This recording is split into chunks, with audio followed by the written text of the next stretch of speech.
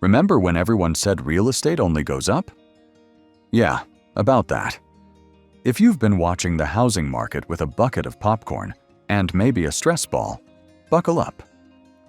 While the national housing market is experiencing a modest cooling, projected to decline by about 1.4% nationwide, some cities are getting absolutely hammered. We're talking double-digit drops, underwater homeowners, and real estate agents nervously refreshing their Zillow stats every 5 minutes.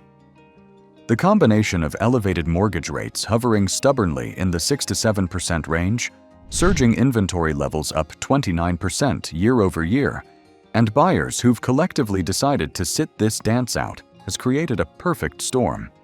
And certain cities? They're right in the eye of it. So grab your favorite beverage and let's dive into the 10 US cities where the housing market isn't just cooling, it's practically throwing on a parka. These are ranked from bad to worse, with number 1 being the absolute worst of the bunch. Let's get started. Number 10. San Francisco, California. The projected price decline in San Francisco is negative 2.5% year over year. This is the city where a studio apartment costs more than a mansion in most of America, where tech bros once paid $3,000 for a bunk bed in a hacker house, and where the words affordable housing are treated like a punchline. But the times, they are a-changin'. The tech sector's recent layoffs and the stubborn persistence of remote work have fundamentally altered SF's housing demand. Why pay $1.5 million for a 2-bedroom condo when you can work from Austin and pay a third of that? Exactly. New listings have plummeted by over 17% compared to last year, according to Redfin. That's not because people love their homes too much to sell. It's because they're trapped by high mortgage rates and the terrifying prospect of selling at a loss. The city has approximately 71,183 housing units in various stages of development, which is either going to save the market or drown it further in inventory. Time will tell. San Francisco ranks number 49 out of 50 on Zillow's hottest housing markets list this year. That's like being the second to last picked for dodgeball, except with multi-million-dollar properties. But wait, there's more bad news coming. Number 9. Austin, Texas. Austin was the poster child for pandemic-era migration. Tech companies fleeing California, no state income tax, breakfast tacos, live music. What's not to love? People flooded into Austin like it was the last lifeboat on the Titanic, driving home prices into the stratosphere. Then reality showed up, fashionably late as always. The tech layoffs hit. Interest rates spiked. And suddenly, all those Californians who paid $200,000 over asking with cash are wondering if they made a tiny, insignificant, 6-figure mistake. The market has been experiencing noticeable price corrections as inventory has surged and demand has cooled. The city that was supposed to be the next big thing is now the next big correction. The influx of new housing developments that everyone greenlit during the boom years? They're all delivering at once, creating a supply glut that would make an economics professor weep. Austin's traffic is now ranked among the worst in the nation. So not only is your home value dropping, but you get to sit in bumper-to-bumper traffic while contemplating your life choices. Do you still think Texas is bulletproof? Stick around. Number 8. Tampa, Florida. Tampa rode the pandemic housing wave like a pro surfer until the wave crashed. The combination of remote workers fleeing expensive northeastern cities and retirees seeking sunshine created explosive growth. But what goes up must come down, especially when reality involves hurricane insurance premiums that cost more than some people's mortgages. The insurance crisis in Florida isn't just a minor inconvenience, it's a full-blown catastrophe. Some homeowners are paying $10,000 plus annually for insurance, if they can even find a company willing to cover them. Try explaining to a potential buyer why their monthly housing costs will be $4,500 when the mortgage is only $3,000. Tampa's market is cooling rapidly as buyers do the math and decide that maybe Minnesota isn't so bad after all. At least snowstorms don't require $10,000 insurance policies and plywood. The city is one of the most vulnerable metropolitan areas in the United States to hurricane damage and sea level rise. Sweet dreams, coastal homeowners. If you're wondering, Florida's problems end there? Wait. Number 7. Lakeland, Florida. The market in Lakeland is bearish, experiencing significant price decline. Lakeland positioned itself as the affordable alternative to Tampa and Orlando. And it was. For about 5 minutes during the pandemic, when everyone was panic buying anything with a roof and working plumbing. This central Florida city saw prices balloon as investors and priced out buyers from bigger metros flooded in. But Lakeland is now dealing with the same insurance nightmares as the rest of Florida, without the beach access or major employment centers to justify the costs. It's become a cautionary tale of build it, and they will come until they realize they can't afford the insurance, and they leave. The market is firmly bearish, meaning prices are falling, and sentiment is lower than a limbo stick at a third grader's birthday party. Real estate agents are getting creative with staging because recently reduced is now the most common listing descriptor. Lakeland sits directly between Tampa and Orlando, which sounds great until you realize you're far enough from both that your commute is terrible, but close enough that you're not really saving money anymore. Geography is cruel. But hang on, the Sunshine State has more disappointments in store. Number 6. Northport, Florida. The prices in Northport are dipping. The city noticed a 10% decline in recent years. Northport experienced what can only be described as a speculative frenzy during the pandemic. Developers couldn't build fast enough. Investors bought properties sight unseen. Everyone assumed the music would never stop. But the music, well, stopped. Northport is dealing with falling demand, a glut of new construction that keeps hitting the market, and those eye-watering insurance premiums that haunt every Florida homeowner's nightmares. The market has dropped considerably, and there's no immediate relief in sight. The city grew too fast, built too much, and now there are more houses than people who want to buy them at current prices. It's Economics 101, except everyone skipped that class because they were too busy watching HGTV and thinking they were real estate geniuses.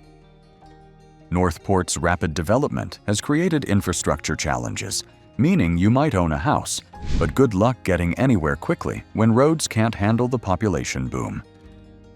Traffic lights are aspirational. Florida isn't done yet. The painful journey continues. Number 5. Deltona, Florida. The Central Florida market looks equally vulnerable. Deltona rode the same wave as its neighbors and is now experiencing the same crash. Located between Orlando and Daytona Beach, Deltona attracted buyers looking for affordability and that elusive Florida lifestyle. What they got instead was a market correction that turned dreams of palm trees and perpetual sunshine into anxiety dreams about underwater mortgages and insurance cancellation notices.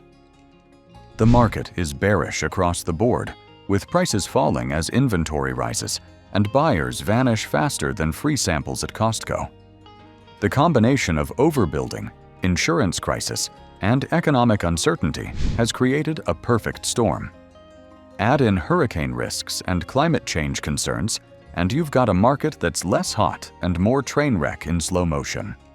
Deltona consistently ranks poorly for economic opportunity and job growth compared to other Florida metros. So you're stuck with a depreciating asset in a city without robust employment prospects. Living the dream. And here's one more Florida city before we move to the true disaster zones. Number 4. Orlando, Florida. Disney World's backyard isn't so magical anymore. Orlando, which seemed invincible thanks to its tourism-driven economy and steady stream of relocating families, is now facing significant market headwinds. The insurance crisis hits Orlando just as hard as the rest of Florida, but Orlando has an additional problem. It relies heavily on tourism and hospitality jobs, which don't exactly pay enough to support current housing prices. The math isn't mathing, as the kids say. The market has shifted firmly into bearish territory, with 6 of Florida's 8 major markets now facing significant declines. Orlando's massive inventory of new construction condos and homes is hitting the market just as demand crumbles, creating a buyer's market that sellers absolutely hate. Orlando has one of the highest tourism-to-resident ratios in the country, which sounds fun until you realize it means congestion, inflated prices for everything, and a housing market overly dependent on whether people feel like visiting theme parks. Economic stability is virtually absent. And now, we enter the top 3, where things get really ugly. Number 3. San Jose, California. San Jose ranks 48 out of 50 on the hottest markets list.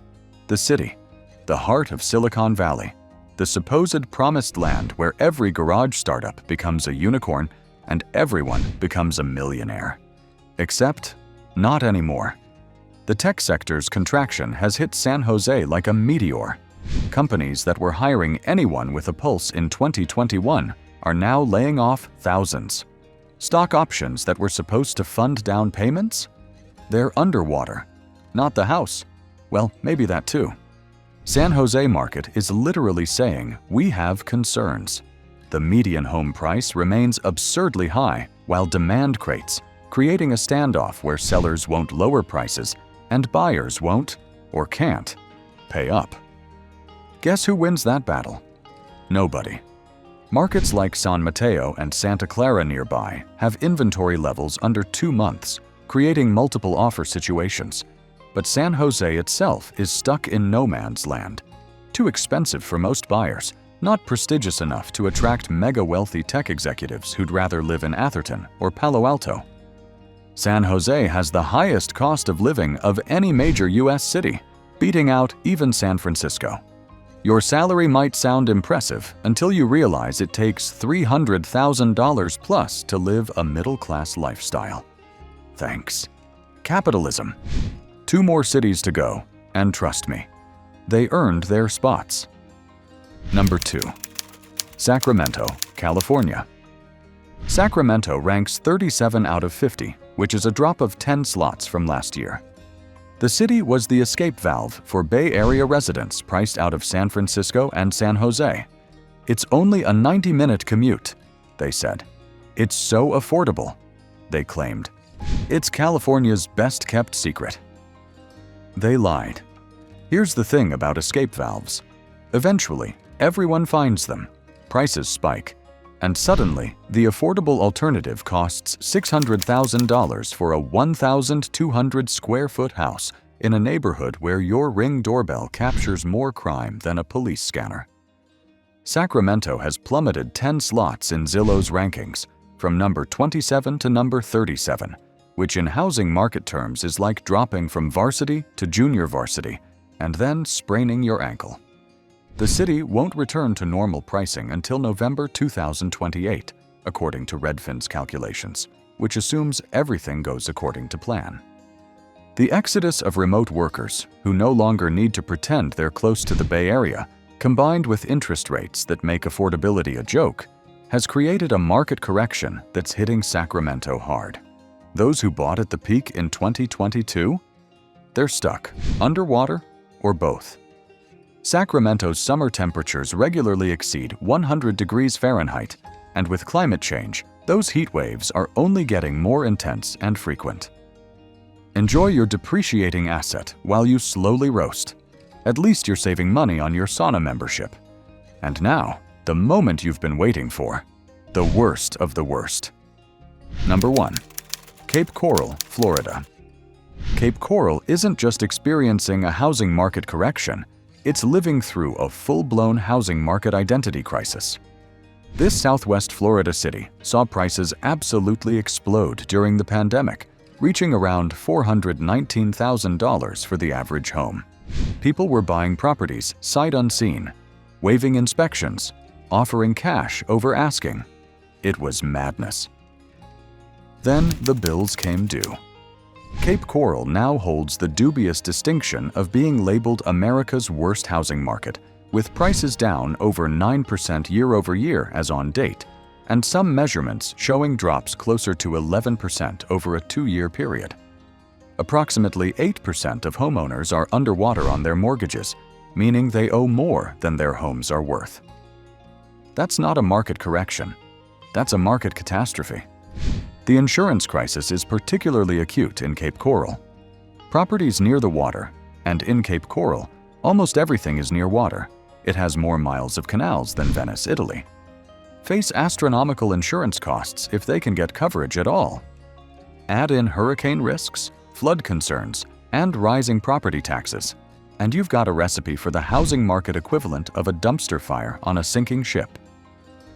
Real estate agents are telling sellers to be realistic, which is realtor speak for lower your price or your house will sit on the market until the heat death of the universe. The inventory glut is real, demand is in the basement, and the outlook is grimmer than a Monday morning in February. Cape Coral was partially developed during the 1960s in what can only be described as a speculative land grab scheme, with developers selling lots to people who'd never even seen them. The city was built on hype and speculation then, and apparently, history is rhyming. Also, much of the development occurred on filled wetlands, which are now reminding everyone why building on wetlands is generally frowned upon by people who understand things like groundwater and flooding. Local realtors are doing their best to remain optimistic, with some suggesting the market is stabilizing. They likely mean it has stopped free-falling, for now. But with projections showing potential further declines through the next year, Cape Coral is the poster child for what happens when a market gets too hot, too fast, and reality comes knocking with compound interest. So what do all these struggling markets have in common? Let's break down the shared factors that are turning the American dream into the American maybe we should have rented. 1. Insurance crisis, especially Florida markets. 6 of our 10 cities are in Florida, and that's no coincidence. The state's insurance market has imploded, with companies fleeing faster than residents during a hurricane evacuation. Premiums have tripled or quadrupled in some areas, making home ownership financially untenable for many. 2. Overbuilding. During the pandemic, these markets saw explosive development from 2020 to 2022, when everyone assumed the boom would last forever. Developers built like there was no tomorrow. Turns out, tomorrow came, and it brought too many houses and not enough buyers. 3. Remote work reality. Check. The work from anywhere revolution that fueled migration to these markets is reversing. Companies are demanding return to office, killing the appeal of cheaper housing in secondary markets far from major employment centers. 4. Elevated mortgage rates. With rates in the 6 to 7% range, and sometimes higher, monthly payments have nearly doubled compared to the 2 to 3% rates of 2020 to 2021. A $400,000 home with 20% down costs about $2,400 per month at 6.5% versus $1,350 per month at 3%. That's $1,000 plus more every single month. 5. Economic uncertainty. Tech layoffs, recession fears, tariffs, inflation concerns. Take your pick. Economic uncertainty makes people postpone major purchases like homes. When buyers disappear, prices fall. Economics 101. 6. Speculative buying reversing. Many of these markets saw heavy investor and speculative activity. Those investors are now trying to exit, flooding markets with inventory and competing directly with regular sellers. Everyone loses in a race to the bottom. 7. Climate and geographic vulnerabilities. From hurricane risks in Florida to extreme heat in California's Central Valley, climate change is no longer a future problem. It's a present one affecting insurance, livability, and home values. So there you go, common factors that are driving the downward trend. Look, I'm not here to sugarcoat this or sell you a course on how I made millions in real estate. The housing market is cooling in these cities, and if you own property in one of them, you're probably not thrilled about it. But here's the thing. Markets are cyclical. They go up, they come down, they stabilize, and the cycle repeats. The question isn't whether these markets will recover. Most eventually will, but when and at what cost to current owners. If you're thinking about buying in one of these markets, congratulations. You might actually have some negotiating power for the first time since 2019. Do your homework. Understand the local risks, insurance, climate, employment, and don't let anyone pressure you into thinking you need to buy now before prices go back up. They might, or they might not. Nobody knows, and anyone who claims to is selling something. And if you're selling in one of these markets, I'm sorry. Get a great local agent, not your cousin who just got their license. Price realistically from day one, and prepare for it to take longer than you'd like. The market isn't going to bail you out. And if you're just here for the schadenfreude of watching housing markets implode after years of "you should have bought when you had the chance" of smugness from homeowners, whether you're buying, selling, or just watching from the sidelines, knowledge is power in the housing market. Don't make emotional decisions based on fear or FOMO. Run the numbers, understand your local market, not just national trends, and make choices that make sense for your personal financial situation.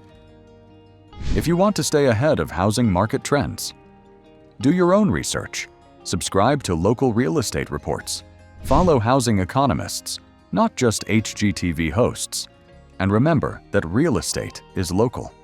What's happening in Cape Coral doesn't mean your market is doomed, and vice versa. The housing market giveth, and the housing market taketh away. The key is knowing when to hold 'em, when to fold 'em, and when to walk away from that overpriced fixer-upper with good bones. If you like the video, share it with your friends who are navigating this crazy market.